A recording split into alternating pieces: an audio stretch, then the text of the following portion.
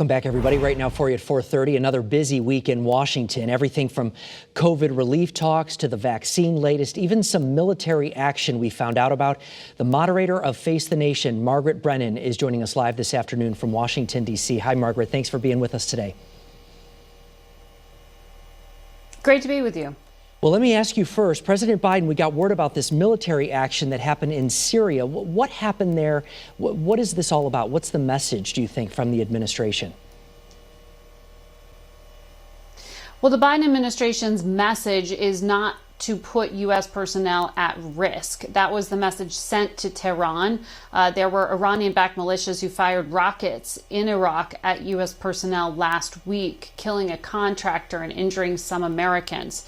So President Biden decided that he needed to do something to say, essentially, knock it off. And he picked one of the least escalatory options. That is, he signed off on a strike that was on the Syrian side of the border with Iraq in an area where there are a lot of militias. But it didn't force Iran to retaliate. It wasn't that in your face. It also didn't make our allies in Baghdad uncomfortable.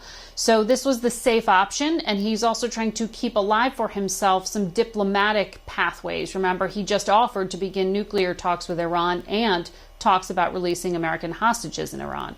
All right. And I do want to switch gears as well and talk a little bit about COVID here. Obviously, we had 500,000 deaths, a very unfortunate milestone this week. How close is Congress to passing this economic recovery plan? Obviously, we're hearing it looks like it's going to clear the House of Representatives, but I'm thinking the Senate, it could be difficult or a little more tricky. Well, the president can muscle this through with only Democratic support because of how they have crafted it. One thing that will help him is that they stripped out overnight that $15 minimum wage hike.